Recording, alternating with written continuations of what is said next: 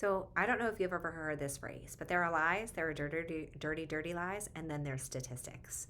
And right now, the market that we are in is one where you can bend statistics to support whatever you want. The answer to how is the market is weird. The market is unique. The market is something that we have not ever seen before, and I don't know that we'll ever see again. So it's really important if you're buying or selling a house to have somebody who really understands the market. And if you're an agent and you don't understand the market, find someone who can help you understand it as well. I'm happy to do that for those who are agents. So what's going on in the market? So year to date and I've got some reports up on the other screen, so that's why I'm turning my head. Year to date, our units sold in the Mid-Atlantic region. I'm saying Mid-Atlantic region just so that we've got an overall view. It's a little different hyper-local, but not that much. Year to date, we are down 13.78% in units sold. However, we are at the same number of days on market and our sales price is up. So what does that mean?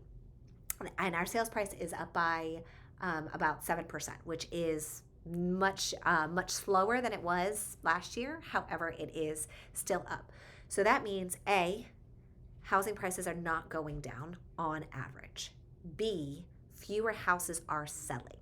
That means that there were not as many houses on the market, not as many buyers buying houses. However, on average, we're still at 21 days on the market when it comes to the Mid-Atlantic region overall.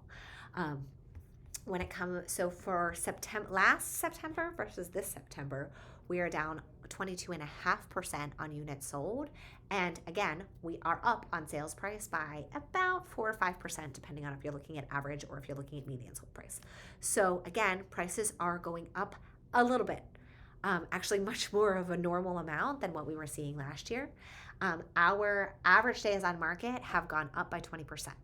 However, went from 20 to 24. Guys, it's not crazy. So what does that mean? A couple of things. Thing one, if you are a seller, assume that you're not going to have the crazy appreciation that was before. If you're thinking, oh my gosh, my neighbor sold for $500 6 months ago, I should list for $525. Girl, list that house at $499 and get some offers in.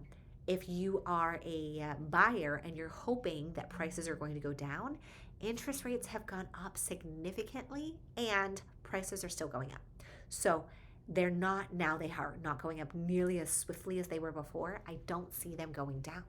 I just don't see it happening. Additionally, if you are in the first-time homebuyer price point, which is a low price point, those houses, they're going to continue to be competitive because of a couple of reasons. Thing one, let's take a $200,000 row house in Baltimore. That house, as a first-time homebuyer, you're going to be competing with investors who want to rent that house out because the rental market is crazy. And often those landlords are willing to pay cash and not have inspections.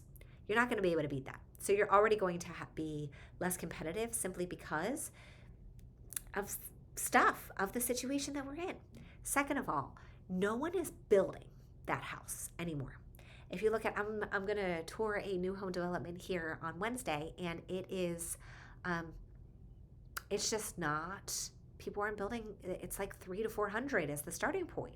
You know, back when I bought my first house, I was looking between 150 and 200. That's just not the price that houses are going for these days, by and large. There's not nearly as many of those, and brand new construction is priced out of the first-time home buyer market. So we're not adding more inventory when it comes to new houses to that market. So that market is always going to be competitive.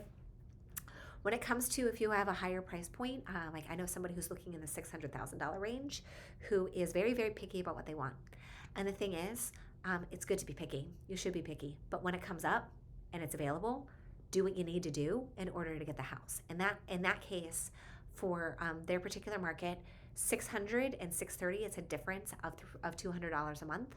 And if interest rates were to go down, that would be mitigated there. So really important that in any price point, if a house comes up that you want, do what it takes to get it.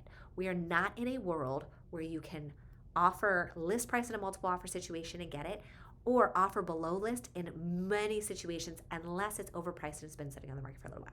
So to answer the question of what's happening in the market is weird. The market's weird, and you really need a professional to help you in your specific hyperlocal area if you are looking to buy or sell. This is not something that I would be an armchair quarterback with, and hope that you know enough to do it on your own. Hire somebody who really knows what they're doing. And if you're an agent who's like, I don't really know what I'm doing, again, seek somebody who does and learn from them. Happy Monday, y'all.